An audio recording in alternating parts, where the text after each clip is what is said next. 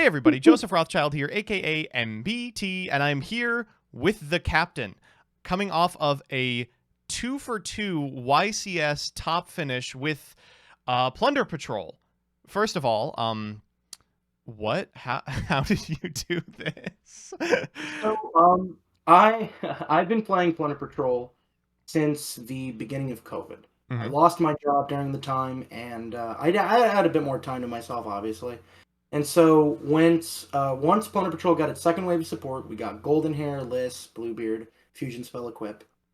I saw the European posts about it, and I knew I had to pick up the deck.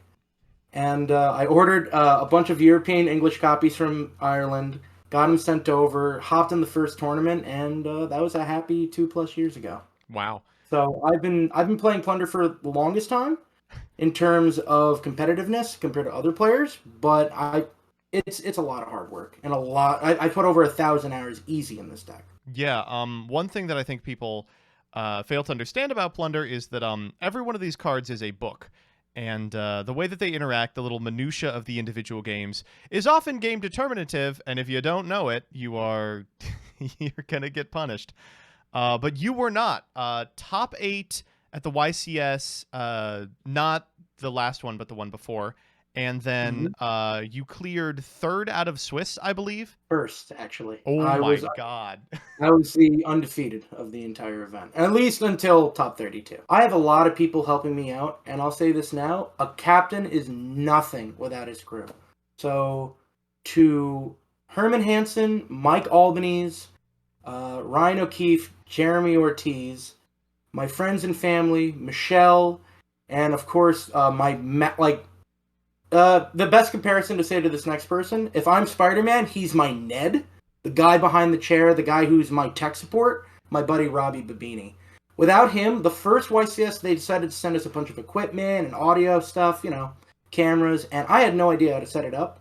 Robbie was quick on the dime, like it took him less than an hour to get everything set up with these guys, so if you need tech support, Robbie Babini is the guy to go to. One more thing, down in the description, there's going to be the link to the Plunder Patrol Discord. If you ever want to learn, ask questions, me or anyone else in that server, please join ahead. We'd love to help in any way we can. And with that being said, let's get into the deck list. All right. So, unsurprisingly, you're playing some Plunder Patrol cards. I mean, that's shocking. We've got the 3 Black Eyes, the 3 Bluebeard, the 3 Golden Hair. Pretty standard just for, an archetype that has sort of less monsters than other ones. I am curious about the 2 Redbeard. What's going on there? So, Redbeard, unfortunately, for this current list, can also end up being a dead draw when you draw into him, because you'd rather summon him off of Whitebeard during the hmm opponent's turn, or even during your own turn, in order to get some field spell shenanigans going. If I can run 3, I gladly would, because he's an awesome pilot, but as it stands right now, you don't want to open too many of them. So 2 is a perfect number right now. And another sort of hallmark of this format, we have a ton of hand traps. 3 Ash, 3 Nibiru, that light typing, just so nice. And then 2 Bell and 2 Ogre. Did you like these over the course of the event? So, before this tournament came out, Herman Hansen was playing Plunder Patrol on Dueling Book, and he was going crazy on rated. We decided to swap lists. I'm like, hey, I saw what you did, and I'd love to see what you've got going on. And so we swapped lists, and he is the absolute perfect hand trap ratio with the deck. So those hand traps of 3-3-2-2, that's all on him in terms of that. For me, I was more dedicated to the side deck and extra deck because he had some certain removal cards that just aren't as favorable for Plunder Patrol, such as Access Code or Nightmare Unicorn. You'd rather go into different cards that have more utility in the long run of the game, like White Aura Whale or even Geonator, which came up a lot during this tournament. We have the adventure stuff, pretty standard. Triple Rite of Aramesia, triple Water Enchantress, the Griffith Rider, and the Dracoback. I know a couple of people at this tournament were thinking of playing the second Fateful Adventure. I guess for a 40-card list like that, was that ever really a consideration? The amount of times I've been ogred compared to the risk of running only one Faithful Adventure wasn't as massive as it seems. Because even without the Faithful Adventure, that ogre now plays into the Plunder Patrol playstyle, and it now gives me a light to play against them. So The more hand traps you throw my way, the more I'm going to make it harder for you to recover. That's actually hilarious. To be like, yeah, ogre your adventure. It's like, awesome, thanks. Okay, normal summon Whitebeard. Whew. Also, the fun interaction of Faithful Adventure with the Plunder Patrol ships are awesome because all of them become an Ecclesia once they have an equip on the field as well. So you constantly have that battle protection that people aren't going to be expecting. Oh And my it really gosh, makes it it's win. any monster with an equip spell. Wait, that's Right. so funny. The thing about Plunder Patrol that makes it so work so well with the Brave Engine is because it abuses it the most. Mm-hmm. Plunder Patrol's biggest problem is constantly having discard fodder. Mm-hmm. So when you have this Faithful Adventure engine that's able to get you cards, discard off, and plus off of that, it generates such a crazy end board that it snowballs a lot quicker than it normally would, such as in the format before. So the Brave engine is absolutely perfect with the Plunder Patrol engine. Like they just mesh so well. So we've got the Foolish Burial, obviously good with Golden Hair, but really good with Water Enchantress. Triple Or Black Shipyard. Eyes as well. If Oh you open yes. because you're able to Foolish Whitebeard, Black Eyes effect, target, summon, get an extra card off, and continue playing. It's a lot stronger than people expected right away. And then the Shipyard, of course, one of the most powerful cards ever printed, but gets a lot better when cards like Water Enchantress are in the format, I'd imagine. Yeah, opening Shipyard and Water Enchantress, depending on the rest of the hand, if you're able to open like one or two Plunder Bodies, you can end on Shipyard, Griffin Rider, Toad, Booty Set, Plunder card in hand, plus hand traps that you're going to be drawing in during your opponent's turn. Speaking of, just the one booty. Lo, how the booty has fallen. I don't know. How do you feel about this card? I remember playing 3 just because I was so scared of Virtual World, but thankfully we are not in that world anymore. I personally feel like it doesn't have a huge utility set right away as compared to setting up for a long game. Like game one, of course you always if you're going first, of course you want to set booty and get everything ready for when you're coming across. But game 2 and 3, it really then at that point depends on what you're playing against. Like if you're playing against Phantom Knight, you've already got all the dart based attribute monsters you have, and even light with the scythe. So and then you have the flip side of like if you're playing against Flunderis, of course you gotta have booty. You gotta flip it up, get a light out, prevent them from summoning. So booty is there for general coverage game 1, and then game 2 and 3, it really depends on the matchup. As interesting as this deck is, the main deck seems pretty standard. Let's talk about the side and the extra, because this is where things get a little bit spicy. First up is 2 DD Crow. So during between games 2 and 3, if I'm expecting to go second against a deck that needs its graveyard, or if I'm expecting a scythe or DPE or whatever shenanigans that may come from the grave, DD Crow is able to replace certain one-ofs that you don't need right away going second, and it's able to just target things that are just completely unordinary. Like, in the middle of one of my matches, my opponent, of course, goes Scythe DPE. He's playing Phantom Knight. Proceeds to go, like, Scythe effect to revive DPE. Like, Chainlink 1 Scythe, Chainlink 2 DPE. I bell him, and then Chain DD Crow, get rid of the Scythe. He has no bird interruption because of the Ogre before. And at that point, you're able to play through whatever board they may have left. And speaking of a card that I did not think we would see at all, the Cosmic Cyclone. Did you like this one? Love that card. Very strong against Eldritch and back row heavy decks. Phantom Knight as well, Flunderis. The meta right now relies on back row that's like strong or like tries to set up like floodgates, anything like that. It's just Cosmic's just good utility outs. Mm-hmm. And then same with Droplet as well. If I'm expecting to just deal with certain board states that are a little too much to handle on their own, Droplet comes in and it pairs well with all like the Plunder support, the Brave engine. So it's a very strong card. Forbidden Droplet And sending like Whitebeard Draco back is the funniest thing in the universe. yeah, it's awesome. Chainlink 1 white summon from deck, Chainlink 2 equip. You get that chain block right there, you're golden. And the Harpy's Feather Duster as well, similar reasoning behind this. Yeah, of course. Just again, Harpies is Harpies. It gets rid of everything and you get to play. Evenly matched is, very strange, this format. If you're unfamiliar, those at home, if your opponent controls a token, they have to pick the token for evenly matched. When I had to play against an Eldritch player, I think round 5. Mm-hmm. He was playing Sorry the to hear Brave that, first of all. Sorry, that's Plunder's best matchup. Are you Oh, kidding no. me? For Eldritch, evenly did come up and it was able to win me that match. He didn't have the judgment. He had the token and everything else involving it, like the Griffin Rider.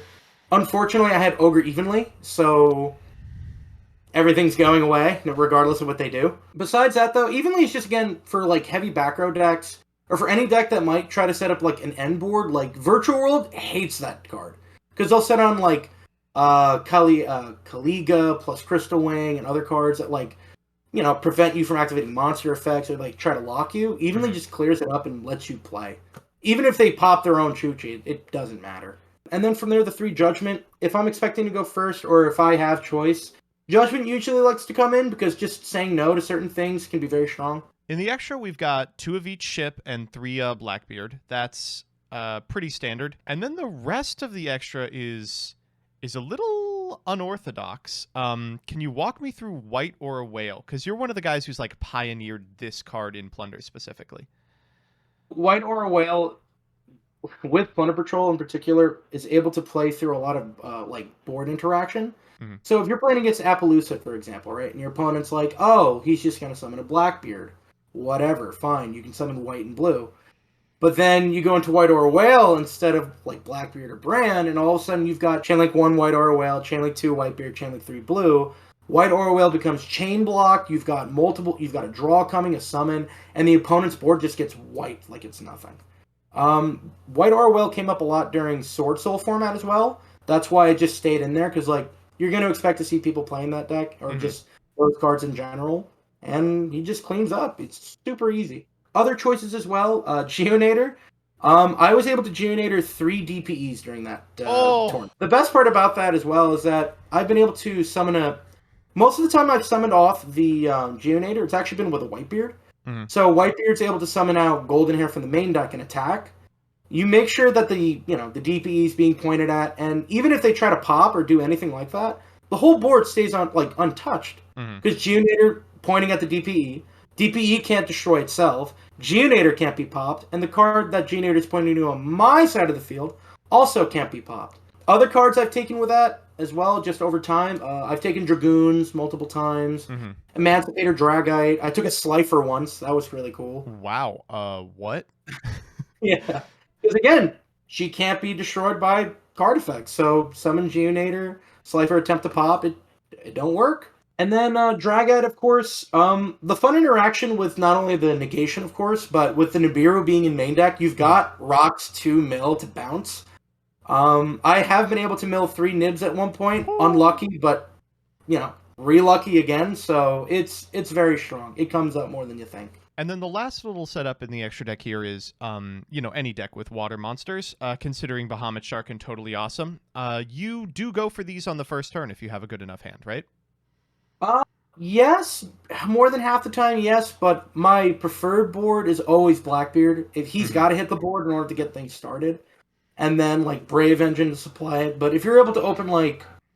I've opened, one of my first opening hands was Field Spell, Aquamantra's White, Blue, and Gold. And so, with that alone, you're able to activate Field Spell, pitch the Aquamantra's, grab booty, Aquamantra's effect, he had nothing, so... It ended up becoming, like, a board of Toad, Blackbeard, Griffin Rider token, Faithful Adventure set, Booty set, and Plunder card in hand. Plus the Plunder card that Toad gets you afterwards, because when it hits grave, you add any water monster. Did you ever miss any of the, like, sort of really powerful extra deck bosses that people might play? Things like, sometimes you see Zeus in these lists, Access Code, anything like that? So, the problem with Zeus and Access Code. Access Code requires you to play multiple links, and the only one that you really summon most of the time is, like, Blackbeard and Almirage, and you're getting 2 pops, most out of it gaining 2,000. It's too much setup involving a deck that has too many locks to prevent that card to come out. So I'm not a big fan of him. And then with Zeus, granted you could make Zeus with like Moiric, you can just swing in, overlay, attempt to use board wipe, and that's always good to have a simple board wipe on field. But the fact that Plunder Patrol can't make more than just 2 XYZE material under him, it just makes him kind of counterproductive. Right. I'd rather run cards that Plunder Patrol get access to that have more utility. Like, Whale is not only a board wipe, but he's also a double attack piercing, can go for game.